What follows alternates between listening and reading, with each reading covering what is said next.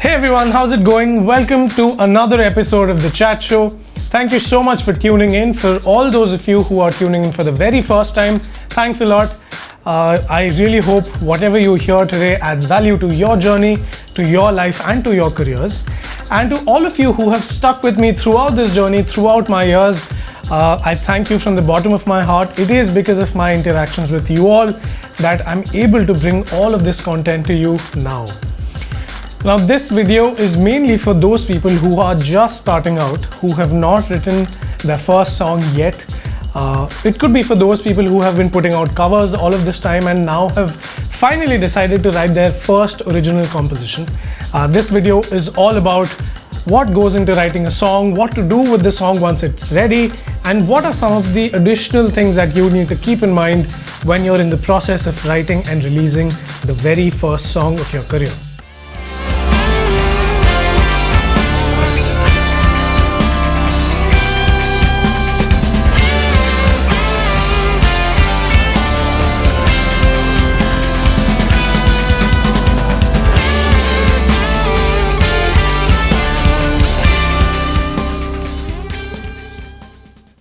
Let's assume that you have finally decided to write your first original composition. Now, what goes into it? What are the steps? What are some of the things that you need? The very first thing, and of course it goes without saying, is that in most cases, writing a song is a flow. It comes really naturally, and most of the times if you try and force it, it won't happen. With that aside, let's talk about some of the objective points. The very first thing is you will need some sort of a melodic instrument. It could be a guitar, it could be a keyboard, it could be just tanpura and voice.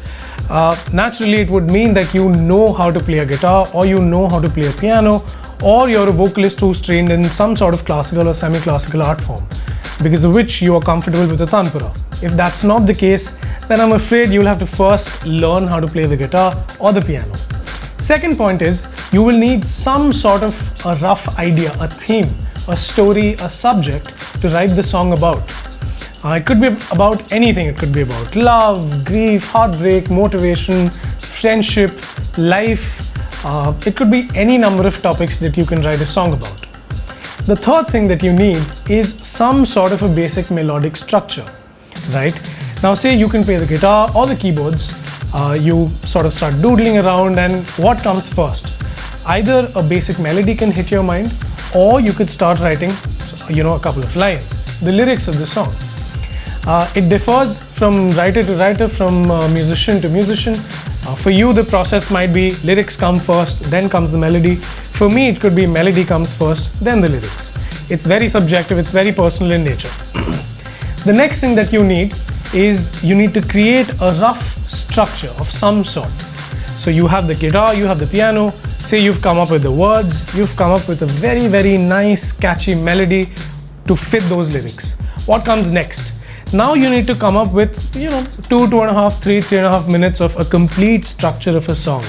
Now this could take days. In fact, any of these steps could take you days, it could take you hours, or it could take you weeks.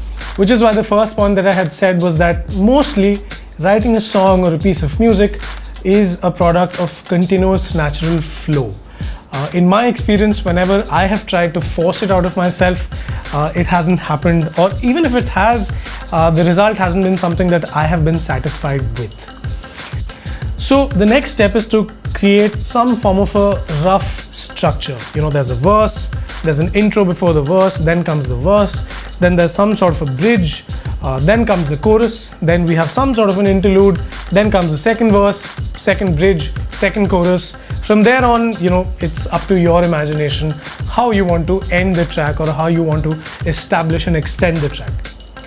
Say your rough structure is ready. Now there are a couple of ways to move forward. The first option, of course, is that you take that rough structure and you approach a producer.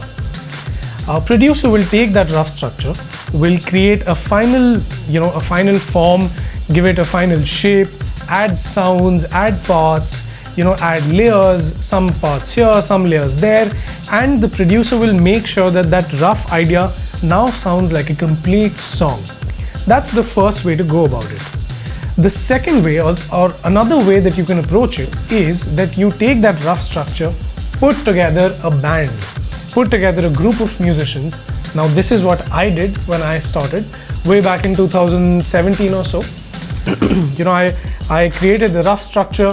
Thankfully, I had also studied audio engineering and music production, which is why I sort of produced it myself, created a semi-final structure of the song, and then I put together a group of fantastic musicians.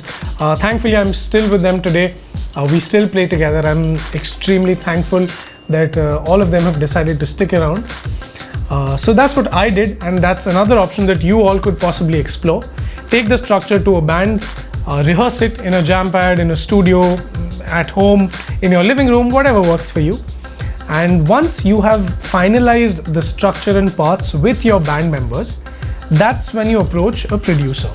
Now, why do I say a producer is needed in both cases? Is because many times what happens is we, as creators of the song, start losing some sort of perspective.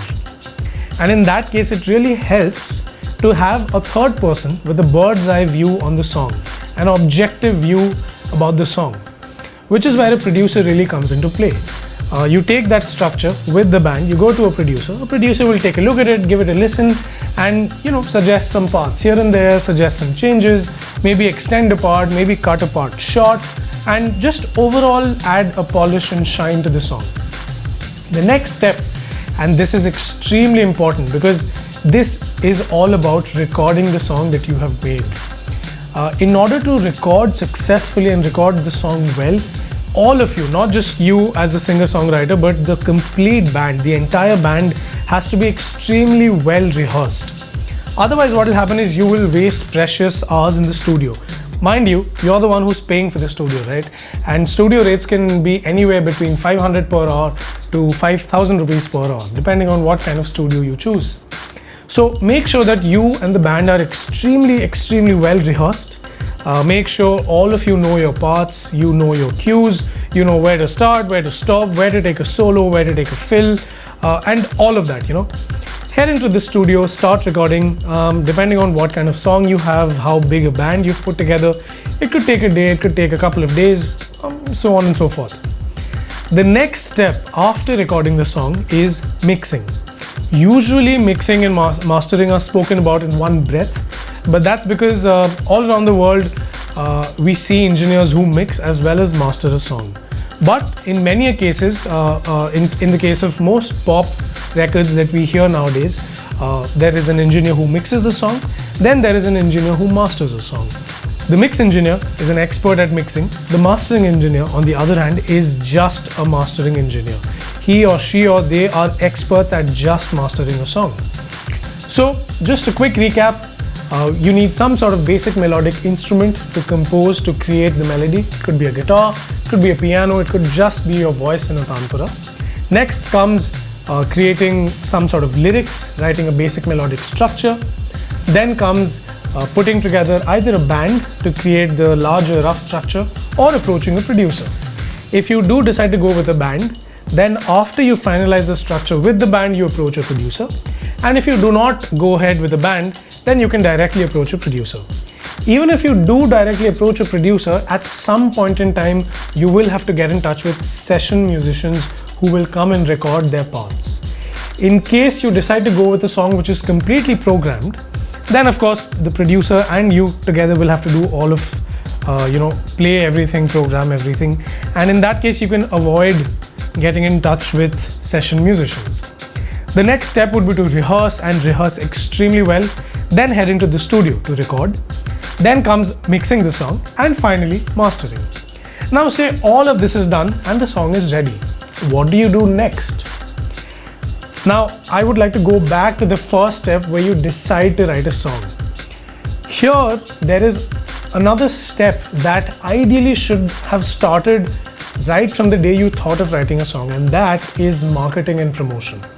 Now I know for a lot of us independent musicians, setting aside a budget for marketing and promotion is something that either we haven't been doing traditionally or we are not able to do it because of budgets. We spend all of the money we earn on writing the song, creating it, producing it, getting it mixed and mastered, and eventually we have nothing left for marketing and promotion.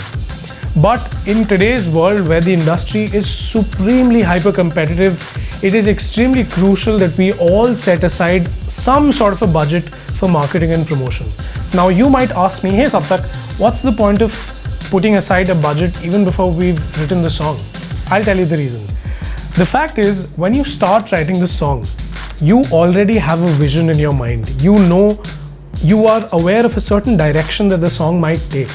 And your marketing and promotion will have to follow that same vision, that same direction. You cannot be writing a pop song and then market it in a way that people think it's a cinematic instrumental piece of music. That just can't happen.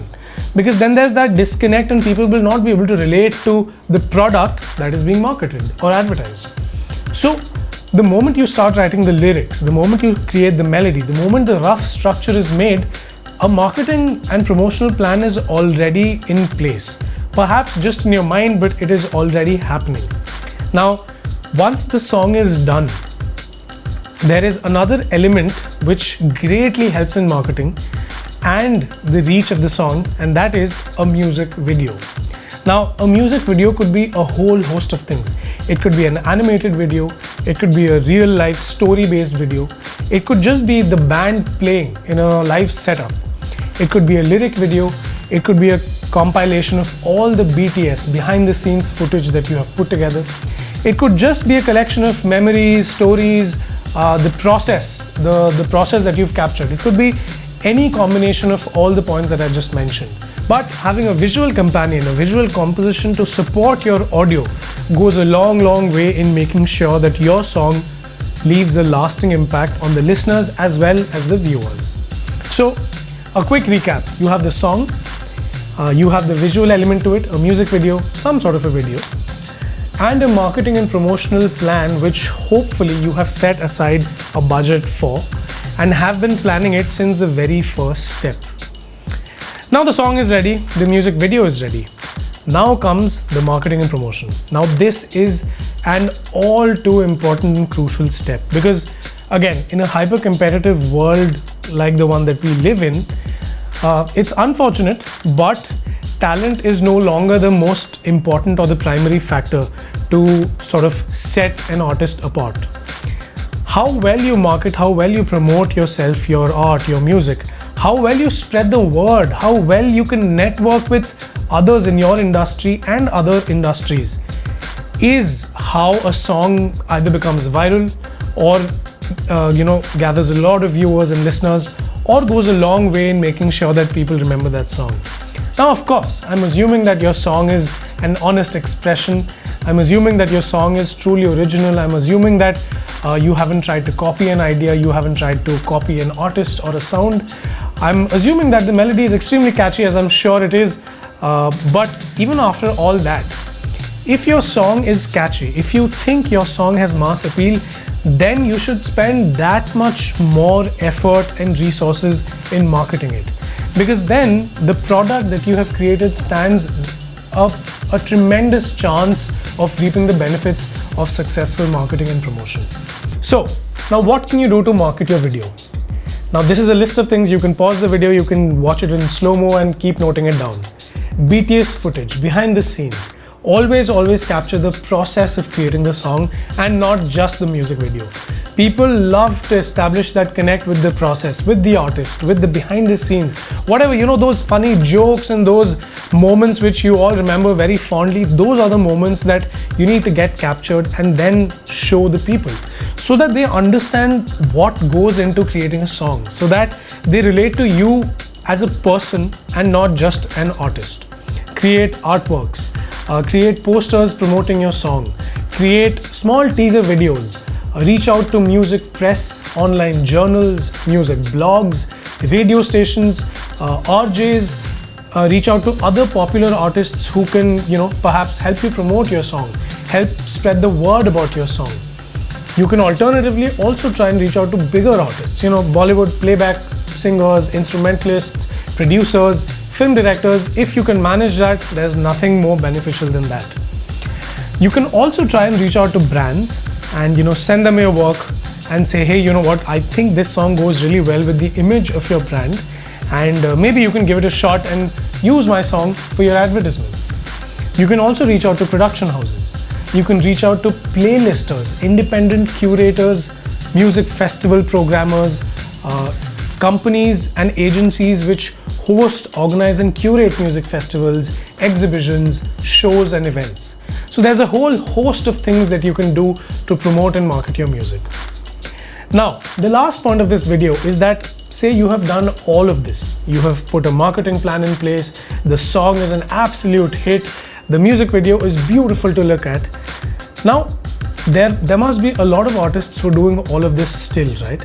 Then how do you make sure that you stand a chance to stand out? How do you make sure that you don't get lost in the crowd?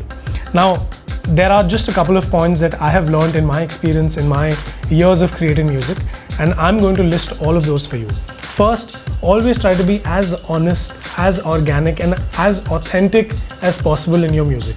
Do not try to copy a style, a voice, a form, a sound, a structure or a vibe. Create your own sound, create your own vibe, because people at the end of the day are extremely smart.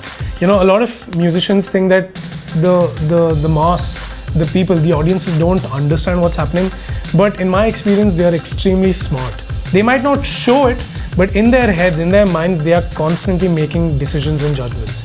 So they'll realize if you're trying to copy somebody. So be honest, be original. Second thing is, as I said, always set aside a marketing and promotional budget. The third thing is that once the song is out, there are alternate versions of the song that you must, in my opinion, record and release. An acoustic version, a live performance version, a reprise version, a duet version, a version where you're performing the same song featuring another artist, a version where you collaborate with a visual artist, a painter, a fine artist, a filmmaker, and release an alternative video which is a completely different story but uses your song. Many times what artists do is they perform and they get that performance shot. They create a live performance music video out of a live concert and then they put it up online. Now, what this does is it lets the viewers and the listeners know that you are a truly serious, authentic, organic and skilled musician, because it takes a lot of practice, effort, energy and skill to be able to perform a studio song in a live setup. So it's always a great idea to get your live concerts or performances shot, turn them into a nice music video, mix the audio, get it mastered and just do a good job of the complete package and then put it out for the world to see. Now the last couple of points are that you need to be consistent. In the long run or in the process of releasing a song, marketing the release, you need to be extremely consistent, because on an average there are 60,000 songs released on Spotify every single day. That's about 22 million songs a month. So if you're not consistent with your efforts to promote the release, to talk about your release, to spread word about your release, to constantly engage with your fans, audiences, other artists, then there's a very good chance that people will forget that your song exists. And honestly, they are not to blame. Everybody is living their lives, everybody is busy. We are constantly bombarded with new songs, Spotify playlists, TV channels, radio stations. So it is also very difficult for a listener to remember one song that they heard just once or twice a month back. Your efforts need to be consistent. They need to reap gradual results, slowly but surely. I don't think there's any merit in trying to run after virality. If you're running after making sure your song becomes an overnight viral sensation, then that's a different kind of journey. I have not experienced that journey, so I'm not the best person to talk about it. But what I have experienced, what I have done is slowly but surely, that approach. Gradual, consistent efforts always goes a very, very long way. With that, I come to the end of this video. I really hope that all of the points that I mentioned above would help you. Again, I'm assuming that you are just beginning, you're taking your initial steps. I'm assuming that you have not released your very first song yet. And I hope that whatever I just said helps you release that all-important debut original composition out into the world.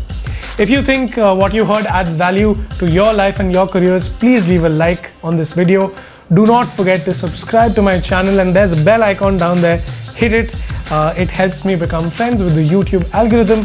And well, we all know that it's good to be friends with the YouTube algorithm, right? With that, I will see you next week with another video, another collection of my experiences, my learnings, the lessons that I have learned, and hopefully that will help you in your journey and your careers. Take care, stay safe, and I'll see you next week. Bye bye.